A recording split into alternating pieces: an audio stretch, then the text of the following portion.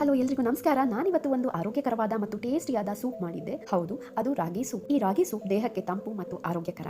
ಮನೆಯಲ್ಲೇ ತುಂಬಾ ಸುಲಭವಾಗಿ ಈ ರಾಗಿ ಸೂಪ್ ಮಾಡಬಹುದು. ಅದು ಹೇಗೆ ಅಂತ ನೋಡೋಣ. ಸೂಪ್ ಮಾಡೋದಕ್ಕೆ ಅಂತ ನಾನಿಲ್ಲಿ ಕ್ಯಾರೆಟ್, ಬೀನ್ಸು, ಈರುಳ್ಳಿ, ಕೋಸು ಮತ್ತೆ ಕ್ಯಾಪ್ಸಿಕಮ್ ಜೊತೆಗೆ ಸ್ವಲ್ಪ ಸ್ವೀಟ್ ಕಾರ್ನ್ ತಗೊಂಡಿದ್ದೀನಿ. ತರಕಾರಿ ಯಾವ್ದಿದೆ ಅದನ್ನ ನೀವು ಬಳಸಬಹುದು.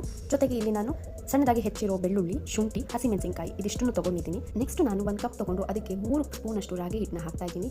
ಜೊತೆಗೆ ನೀರು ಹಾಕ್ತಾ ಇದ್ದೀನಿ. ನೀರು ಹಾಕಿ ಚೆನ್ನಾಗಿ ಮಿಕ್ಸ್ ಮಾಡಿ ಸೈಡಲ್ಲಿ ಇಟ್ಕೋಬೇಕು. ಗಂಟೆಲ್ಲ ಇರಬಾರ್ದು, ಆ ರೀತಿ ಇದನ್ನ ಮಿಕ್ಸ್ ಮಾಡ್ಕೋಬೇಕು. ನೆಕ್ಸ್ಟ್ ಒಂದು ಪ್ಯಾನ್ ತೊಗೊಂಡಿದ್ದೀನಿ. ಇದಕ್ಕೆ ನೀವು ಆಯಿಲ್ ಆದರೂ ಹಾಕೋಬಹುದು ಅಥವಾ ಬಟರ್ ಇದೆ ಅಂದರೆ ಮನೆಯಲ್ಲಿ ಬಟರ್ ಆದರೂ ಯೂಸ್ ಮಾಡ್ಬೋದು. ಒಂದು 2 ಸ್ಪೂನ್ ಅಷ್ಟು ಆಯಿಲ್ ಹಾಕ್ತಾ ಇದ್ದೀನಿ. ಆಯಿಲ್ ಕಾದ್ಮೇಲೆ ಇದಕ್ಕೆ ಮೊದಲಿಗೆ ಸಣ್ಣದಾಗಿ ಹೆಚ್ಚಿರೋ ಬೆಳ್ಳುಳ್ಳಿ, ಸಣ್ಣದಾಗಿ ಹೆಚ್ಚಿರೋ ಶುಂಠಿ ಮತ್ತು ಹಸಿಮೆಣಸಿನಕಾಯಿ ಜೊತೆಗೆ ಸಣ್ಣದಾಗಿ ಹೆಚ್ಚಿರೋ ಈರುಳ್ಳಿನೂ ಸಹ ಹಾಕ್ತಾ ಇದ್ದೀನಿ.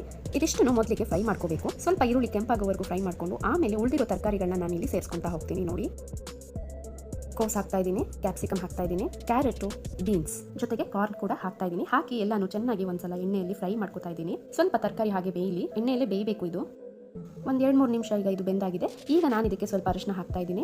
ಆಮೇಲೆ ಸಾಲ್ಟ್ ಕೂಡ ಹಾಕ್ತಾ ಇದ್ದೀನಿ. ರುಚಿಗೆ ಬೇಕಾಗುವಷ್ಟು ಸಾಲ್ಟು ಹಾಕಿ ಒಂದ್ಸಲ ಹಾಗೇನೆ ಫ್ರೈ ಮಾಡ್ಕೊತಾ ಇದ್ದೀನಿ. ಒಂದು 2-3 ನಿಮಿಷ ಆದರೆ ಇದು ಚೆನ್ನಾಗಿ ಫ್ರೈ ಆಗುತ್ತೆ. ಫ್ರೈ ಆದಮೇಲೆ ನಾನೀಗ ಕಲಸಿ ಇಟ್ಕೊಂಡಿರುವಂತಹ ರಾಗಿ ಸರಿನ ಇದಕ್ಕೆ ಹಾಕ್ತಾ ಇದ್ದೀನಿ. ನೋಡಿ, ರಾಗಿ ಮಿಕ್ಸ್ ಏನು ನಾನು ಅವಾಗಲೇ ನೀರು ಹಾಕೊಂಡು ಮಾಡ್ಕೊಂಡಿದ್ದೆ ಅದನ್ನು ಹಾಕ್ತಾ ಇದ್ದೀನಿ. ಜೊತೆಗೆ ನೀರು ಎಕ್ಸ್ಟ್ರಾ ಸೇರಿಸ್ತಾ ಇದ್ದೀನಿ. ಇದಕ್ಕೆ ನೀವು ಒಂದು ಎಕ್ಸ್ಟ್ರಾ 1 ಗ್ಲಾಸ್ನಷ್ಟು ನೀರನ್ನ ಸೇರಿಸ್ಬೋದು. ಯಾಕೆಂದರೆ ರಾಗಿ ಬೇಯ್ತಾ ಇದು ಗಟ್ಟಿ ಆಗುತ್ತೆ. ಸೊ ಕನ್ಸಿಸ್ಟೆನ್ಸಿ ನೋಡಿಕೊಂಡು ನೀವು ನೀರನ್ನ ಸೇರಿಸ್ಕೊಳ್ಳಿ. ಇವಾಗ ನಿಮಗೆ ಇದು ನೋಡೋದಕ್ಕೆ ತೆಳು ಅನಿಸ್ತಾ ಇದೆ, ಆದರೆ ಇದು ಒಂದು ಕುದಿ ಬಂದ ಮೇಲೆ ಕುದಿತಾ ಇದು ಸ್ವಲ್ಪ ಗಟ್ಟಿ ಆಗುತ್ತೆ, ತಿಕ್ ಆಗುತ್ತೆ.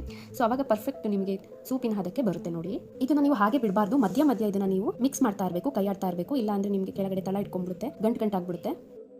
ನೋಡಿದ್ರಲ್ಲ ಎಷ್ಟು ಈಸಿಯಾಗಿ ಮನೆಯಲ್ಲೇ ನೀವು ಈ ಸೂಪ್ನ ಮಾಡ್ಕೋಬಹುದು. ಆರೋಗ್ಯಕರವಾದ ಹಾಗೂ ಟೇಸ್ಟಿಯಾದ, ಮನೆ ಮಂದಿ ಎಲ್ಲ ಈವ್ನಿಂಗ್ ಟೈಮ್ ಕುಡಿಬಹುದಲ್ವಾ. ಈ ಸೂಪು ಸ್ವಲ್ಪ ಸ್ಪೈಸಿ ಆಗಿರಬೇಕು. ಹಾಗಾಗಿ ನಾನಿಲ್ಲಿ 1 ಸ್ಪೂನ್ ಅಷ್ಟು ಪೆಪ್ಪರ್ ಪೌಡರ್ನ ಹಾಕ್ತಾ ಇದ್ದೀನಿ.